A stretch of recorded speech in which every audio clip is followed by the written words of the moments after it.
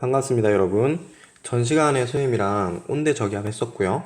굉장히 중요하다고 했었죠. 이번 시간에는 열대 저기압에 대해서 배우겠습니다. 열대 저기압은 태풍을 얘기하는 거예요. 요거 하기 전에 그 위성 영상을 통해 가지고 문제가 나올 수도 있거든요. 부가적으로 선생님이 좀 보강을 할게요. 위성 영상을 볼 때 가시광선을 이용하는 거랑 적외선을 이용하는 게 있어요. 요거 적외선 이용하는 게 좀 많이 낚이는 거라 가지고 중요하니까 잘 들으세요. 집중해서. 가시 영상 같은 경우에는 위성에 쓸 때 구름과 지표면에서 반사되는 태양광의 생애를 얘기하는 거예요. 이렇게 있고, 나비 아님, 벌 아님, 위성임, 위성에서 가시광선을 이렇게 쐈을 때 이렇게 가시광선을 쏜 게 아니고 태양빛이 이렇게 반사돼서 태양광이 반사된 가시광선을 측정을 하는데, 구름의 두께가 두꺼우면 반사되는 양이 많겠죠. 그죠? 그래서 더 밝게 보입니다. 구름이 두꺼울수록. 근데 단점이, 가시광선은 우리가 눈으로 보는 영역대죠. 그죠? 햇빛이 없는 야간은 관측할 수가 없어요. 됐죠? 그리고 적외선은 태양광이 반사되는 게 아니고, 이렇게 지표가 있을 때 구름이 이렇게 있고 구름이 이렇게 있다면 A구름, B구름이라고 하겠습니다. 잘 들으세요. 얘가 가지고 있는 걸, 방출한 거를 측정을 하는 거예요. 지표에서 멀어질수록 온도는 어떻게 되죠? 내려가요. B가 A보다 온도가 높아요. 여기까지 연결됐어요? B가 A보다 온도가 높아요. 그러면 적외선 영상으로 측정을 했을 때 B가 더 큰 값이 나오는 거예요. A는 작은 값이 나오고. 그런데 B가 더 큰 값이 나와서 B를 밝게 이렇게 색칠해 버리면 위에 있는 A는 표현이 안 돼요.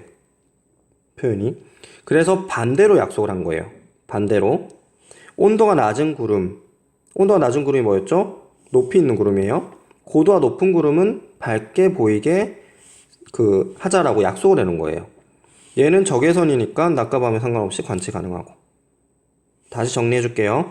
지표가 있으면 지표로부터 멀어질수록 온도는 어떻게 된다? 내려간다.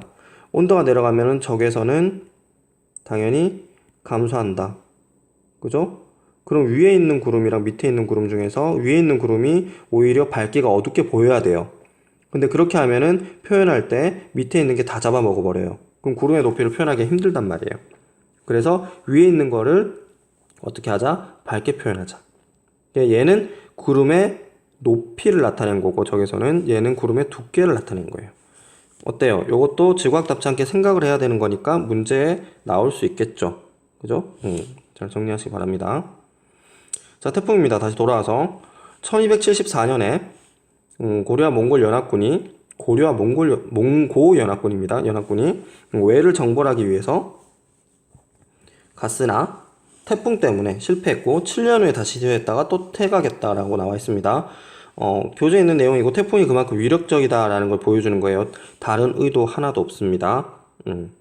혹시나 또 뭐 다르게 생각하는 친구가 있을 수 있으니까 전혀 그런 거 없습니다. 전혀 없고, 태풍이 그만큼 위력적이다 이런 걸 얘기하고 싶어서 우리 교재에서 이렇게 소개를 한 것 같아요. 자, 태풍입니다. 태풍의 형성. 태풍은 위도 5도에서 25도 사이에 수온 약 27도 이상. 외우는 거 아니에요. 수온이 높은 곳에서 만들어진다. 개념을 이렇게 잡고 가는 거예요. 수온이 높은 곳에서 만들어진다. 그런데 왜 5도에서 25도 사이냐? 선생님, 수온이 높은 건 적도 아닌가요? 왜 적도 안 돼요, 선생님? 태풍은 그림을 보면 나와 있지만 회전하는 거예요. 이렇게 회전하면서 더 가운데로 많이 몰리는 건데, 이 회전하는 힘이 전향력이에요. 근데 적도는 전향력이 제로예요. 전향력이 작용하지 않아요. 그래서 적도에서는 태풍이 형성이 어렵다는 얘기가 돼요. 그래서 위도 5도에서 25도. 낚이면 안 돼요. 태풍은 수온이 높은 적도에서 형성된다. 틀렸어요. 태풍은 위도 5도에서 25도 사이입니다. 됐습니까? 그리고 여기 안 나와 있지만 태풍은 보통 한 17m/s 이상 풍속을 가진 애를 태풍이라고 얘기를 합니다. 에너지원을 봅니다. 태풍은 바다가 이렇게 있으면 여기 있는 물이 위로 올라가는 거예요. 그죠? 액체 상태인 물이 위로 올라가면 응결이 되겠죠. 응결. 응결하면서 방출한 에너지예요. 수문열 혹은 자멸이라고 합니다. 자멸. 응결 에너지, 수문열, 자멸 다 같은 말이에요. 무슨 개념인지 알겠어요? 우리 여름철에 마당에다 물 뿌리면 시원하죠? 그죠? 그거는 액체가 기체가 되면서 에너지를 가져가는 거고, 얘는 뭐 액체가 위로 올라가면서 응결해서 에너지를 오히려 방출시켜 주는 거겠죠. 그래서 물이 있는 수증기가 있을 때 에너지원을 가지고 있는 거예요, 태풍은. 특히나 따뜻한 물에서. 넘어가겠습니다. 태풍의 발생 과정을 보겠습니다. 열과 수증기를 공급받아서 공기가 상승합니다. 주변의 공기가 회전 수렴하면서 상승 기류가 강화됩니다. 그리고 주변에 정난운이 형성됩니다. 지금 정난운이 뭐예요? 우리 전 시간에 저군 배웠죠? 저군이랑 비슷한 계열이에요. 근데 저군보다 훨씬 더 규모가 큰 거를 정난운이라고 합니다. 청동 번개까지 동반한 아주 큰 거를 발달하고 더 많은 공기가 밀집되게 됩니다. 이렇게. 태풍의 크기는 수평 크기가 얼마나 될까요? 보통 400km예요. 400km. 작은 규모가 400km예요. 우리나라가 이렇게 있으면 우리나라 정말 간단하게 그래서 미안한데요. 우리나라 하나를 이렇게 잡아먹을 정도의 크기란 얘기가 되겠죠. 태풍 하나 크기가. 높이는 성층 건계면까지니까 한 보통 15km 정도, 뭐 10km까지 가겠지만 이 정도지만 폭이 400km예요. 그래서 수평 규모가 수직 규모보다 크다라는 용어가 나옵니다.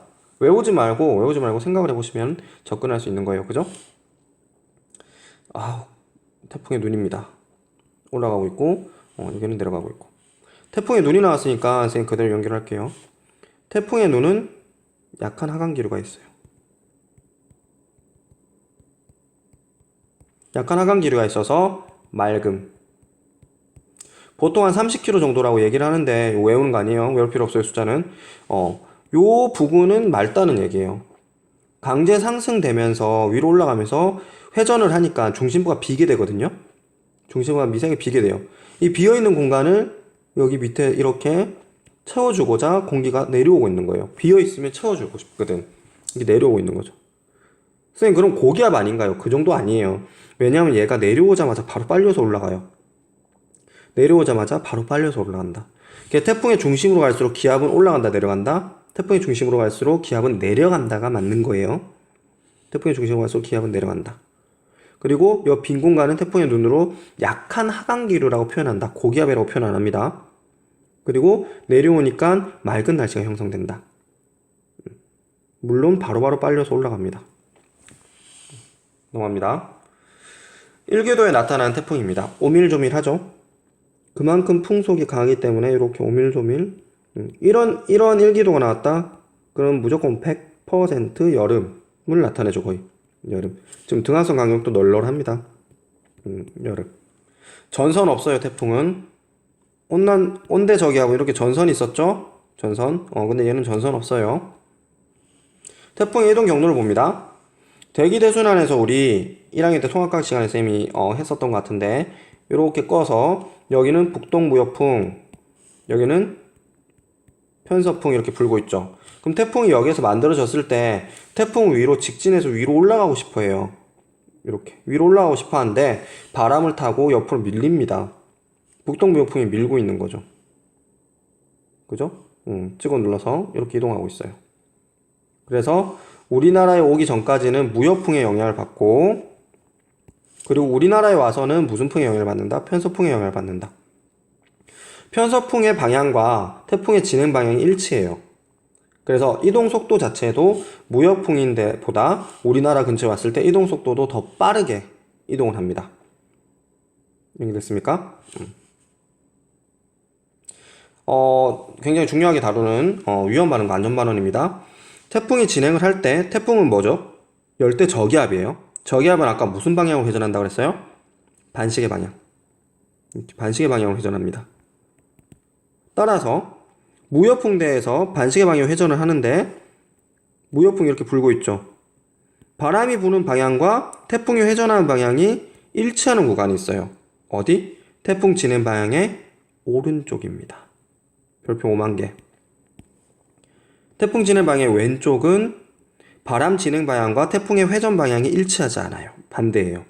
여기는 안전반원입니다. 안전반원을 다른 말로 가항반원이라고도 해요. 여기도 태풍 진행 방향의 오른쪽이 위험반원, 여기가 안전반원이 되겠죠. 연결됩니까? 앞에 그림 잠깐 다시 볼게요. 그래서 지금 7월달에 태풍 지나가는 거 볼까요? 7월달 이렇게 지나가고 있어요. 그럼 태풍급이 이렇게 되니까 우리나라 지금 여기 서울, 포항 등등 여기가 오른쪽이에요. 위험하다는 얘기죠. 태풍이 이렇게 지나가면 우리나라는 초토화됩니다. 태풍이 8월달처럼 지나가면 좀 피해가 적어요. 근데 7월달처럼 이렇게 지나가면 피해가 커집니다. 우리나라가. 연결되시죠? 태풍 진행 방향 오른쪽이 위험 반원이다. 왜? 대기대 순환의 방향과 태풍의 회전 방향이 일치한다 라는 거 되겠죠. 그죠? 그리고 요즘 핫하게 나오는 게 이거예요. 요거. 태풍이 진행을 할 때, 잘 보세요. 태풍이 진행을 할 때 태풍 진행 방향의 오른쪽 지역과 왼쪽 지역의 풍향 변화를 물어보는 거예요. 처음에 1번 위치에 있었다고 합시다. 바람이 이렇게 들어갈 거예요. 근데 태풍이 이동을 하면서 1번 위치는 2번으로 가겠죠? 요 그림 말고 헷갈리면 이렇게 할게요. 태풍이 이렇게 있었어요. 여기 A라는 사람이 있었어요.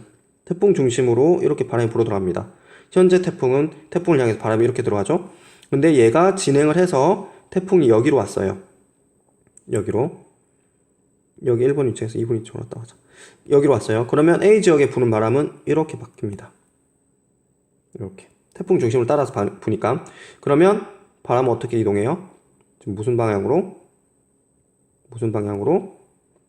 네, 시계 방향으로 회전합니다. 태풍 진행 방향의 오른쪽에 있는 지역은 풍향이 시계 방향으로 바뀌어요. 왼쪽은 반대로 반시계 방향으로 바뀌는 거죠. 요거 굉장히 요즘에 많이 물어봅니다. 지구학의 대세는 풍향 변화예요. 대기 파트에서는 풍향 변화가 어떻게 나오는지를 보면 됩니다. 헷갈린 친구는 이렇게 개구리 헤엄, 평영하듯이 손을 이렇게 지금 선생님 혼자 하고 있습니다. 이렇게 하면 오른손은 여러분들이 시계 방향으로 돌리고 있을 거고 왼손은 반시계 방향으로 돌리고 있을 거예요. 이렇게 하면은 문제도 좀 빨리 쉽게 푼다라고 하는데 그럴 필요 없이 그냥 그리면 돼요. 그리면 되는데 뭐 이렇게 됐죠? 태풍의 소멸입니다. 태풍은 차가운 바다를 만나면 수증기 공급이 줄어들겠죠? 그죠? 수온이 낮으니까. 그리고 육지에 상륙하면 끝납니다. 육지에 상륙하면 수증기 공급이 거의 없고 마찰력이, 왜? 육지에는 대기가 마찰이 생기겠죠. 왜? 육지의 구조랑 그리고 우리 인간들이 만들어 놓은 구조물 때문에 세력이 급하게 약해진다는 얘기가 되겠죠. 태풍이 그래도 좋은 역할도 합니다. 저희도 지역에 남는 에너지를 고緯도로 이동시키고 에너지를 따뜻한 지역에서 끌고 오잖아요. 따뜻한 지역에서 이쪽으로 끌고 오잖아요. 그죠? 그리고 수자원 공급원으로 좋죠. 그리고 요거는 태풍이 바람이 강하잖아요. 그러면 바다가 이렇게 있으면 바다를 이렇게 밑에 물질까지 이렇게 섞어줘요. 혼합층의 두께를 두껍게 해준다고 생각하면 되겠죠? 그러면 밑에 있는 좋은 영양 성분을 위로 올려줍니다. 온도가 낮은 곳에서 염류가 많다는 거 선생님이 통합과학 시간에 조금 했던 것 같은데, 그죠? 영양물질을 끌어올려 좋은 어장을 형성시킨다. 라는 거죠. 물을 섞어주니까. 자, 오늘 수업반 태풍부터 보겠습니다. 태풍 하기 전에 위성 여러분들 기억나죠? 가시광선이랑 그리고 적외선. 요거 가시광선은 뭘 나타낸다? 두께, 구름의 두께를 나타내고 얘는 높이, 구름의 높이를 나타낸다. 이때 밝은색, 어두운 색으로 높이 나타내는 거, 그리고 두께 나타내는 거 기억하셔야겠죠, 그죠? 자, 태풍 정의부터 보겠습니다. 여긴 또 이렇게 17m 적어놨어요, 그죠? 아까 그 자료에는 없는데. 무튼 태풍은 낚이지 말아야 될 거 적도 지역에서 형성이 안 된다. 요거 기억하시고, 그리고 수문열, 잠열, 이고 태풍이 중심으로 갈수록 기압이 낮아진다. 풍속은 중심으로 갈수록 강해지겠죠? 그리고 풍속도 쌤이 이렇게 그래프로 나타내면 이렇게 나와요. 태풍 중심은 풍속이 떨어져 있고 태풍 진행 방향 오른쪽과 왼쪽이 있을 때 오른쪽이 가장 강력한 풍속을 나타냅니다. 여기 수치가 크죠? 그죠? 왼쪽이 좀 낮게 돼 있고. 왜인데, 그죠? 그리고 태풍 진행 방향에서 편서풍과 무역풍이 영향을 미치는 거. 우리나라는 편서풍 대 무역풍 대. 그리고 위험 발원과 안전 발원에 대한 구분. 그리고 여기 안 나와 있죠? 태풍 진행할 때 오른쪽과 왼쪽의 풍향 변화. 오른쪽은 무슨 방향으로 바뀐다? 태풍이 이렇게 있을 때 위로 올라가면 A적에서 따라서 올라가니까 무슨 방향으로? 시계 방향으로. 그죠? 태풍 진행의 오른쪽은 시계 방향으로 바뀐다. 라는 거 기억하셔야 됩니다. 태풍의 소멸은 육지에 상륙했을 때 수증기 공급 안 되고 마찰력 증가해서 이렇게 되겠습니다. 대기 파트도 주요 학기상 들어가면 거의 끝나갑니다. 뒤에도 뭐 부분적으로 수권이랑 형성대기 나오겠지만 우리나라의 주요 악기상에 대해서 다음 시간에 배울 겁니다. 오늘 선생님이 나눠준 거 파일 올린 거 보면은 태풍에 대해서 키워드 다 적어놨어요. 잘 나오는 키워드들. 그거 여러분들이 채워 넣으면 확실히 기억이 오래 가요. 그거 작성하시면서 오늘은 폴킴의 드림이라는 노래 들으면서 여러분들 마무리하시면 되겠습니다. 오늘도 고생 많이 하셨습니다.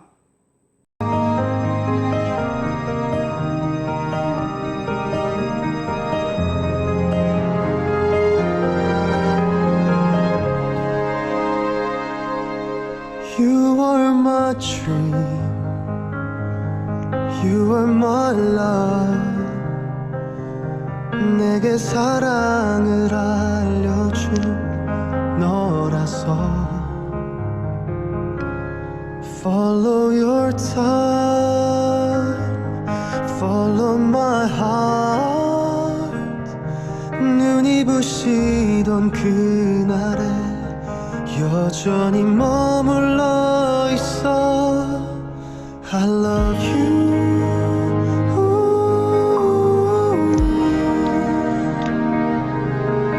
I love you.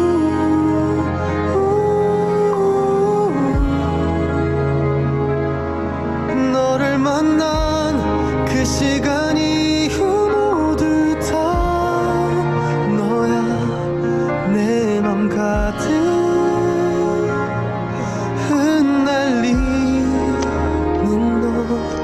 You are my dream, you are my love. 너의 온기 머무는 그곳에 내가 있기를.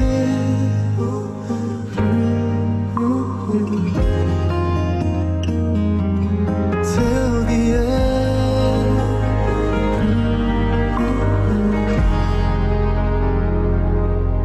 You are my dream, you are my life. 흑백의 나의 날들이 너의 색으로 물들어 내 맘에.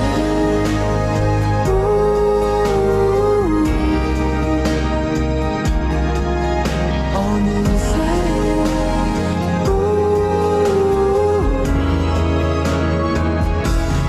너를 만난 그 시간 이후 모두 다 너야. 내 맘 가득 흩날리는 너 사랑해. 엇갈렸던 그 많은 시간 속에서 이렇게 난 깨달았어. 네가 없는 난 의미였던 걸. I love you.